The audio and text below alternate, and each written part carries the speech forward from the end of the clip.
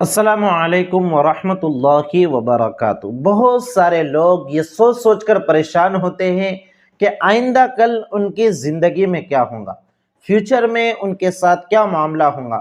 جو غریب ہے، غربت میں زندگی گزارتے ہیں، جن کے پاس زیادہ روپیہ پیسہ نہیں ہے، وہ یہ سوچتے ہیں کہ آئندہ کل میں کیا کھاؤں گا۔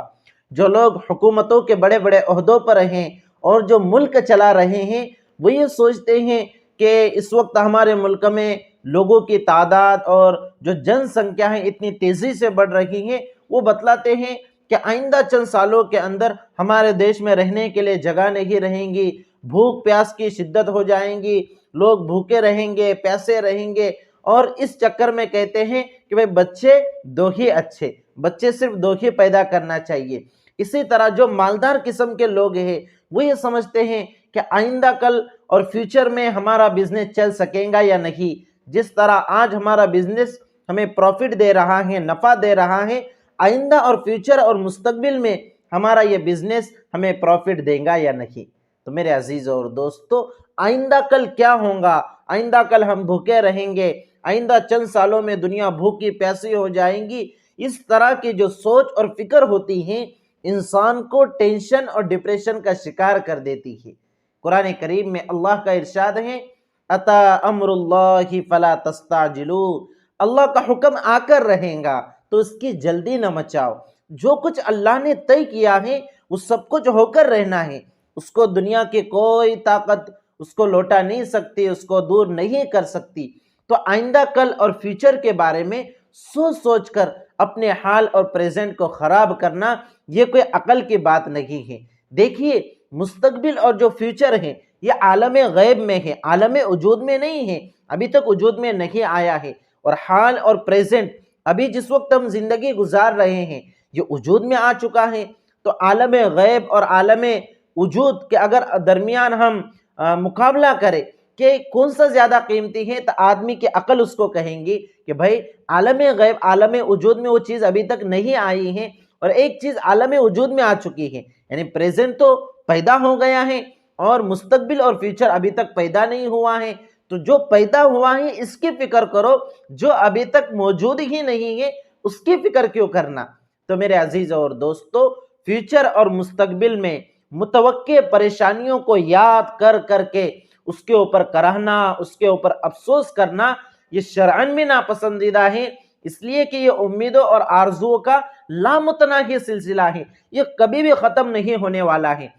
اور عقلاً اس لیے مذموم ہے، عقلاً اس لیے پسندیدہ نہیں ہے کہ یہ ایسے ہی ہے جیسے کہ آدمی اپنے سائے کے ساتھ کشتی لڑے۔ جی ہاں، کہ سائے کے ساتھ کوئی کشتی لڑ سکتا ہے؟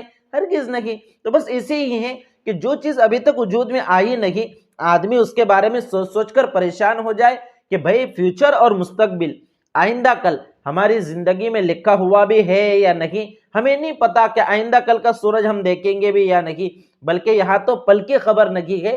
تو پھر آئندہ کل کے بارے میں سوچ سوچ کر پریشان کیوں ہونا؟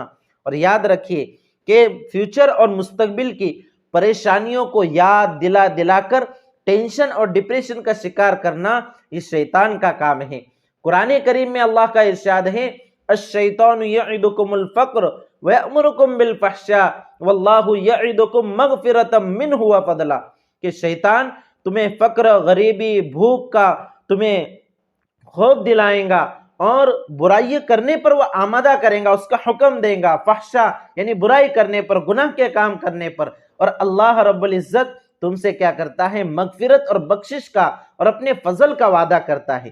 تو ایک تو ہے شیطان تمہیں ایک طرح سے ڈرا رہا ہے مستقبل اور فیوچر کے بارے میں، دوسری طرف اللہ رب العزت بندے کو امید دلا رہے ہیں اپنی مغفرت کی، اپنے فضل کی۔ تو بتائیے کہ شیطان کا وعدہ زیادہ بہتر ہے کہ اللہ رب العزت کے وعدے کا آپ کو زیادہ یقین ہے؟ یقیناً ہم اہل ایمان ہیں، اللہ کی ذات پر ہمارا یقین ہے کہ اللہ نے جب اپنے مغفرت اور فضل کا وعدہ کیا ہے تو ضرور اللہ اس کو پورا کر کے رہیں گا۔ اس لیے ہر شخص کو اللہ کے مغفرت، اللہ کے فضل سے امید رکھنی چاہیے، آرزو رکھنی چاہیے۔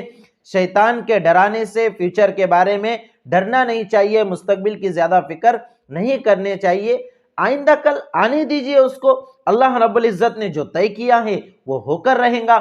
اس کو کوئی ٹال نہیں سکتا. اتا امر اللہ فلا تستعجلوا.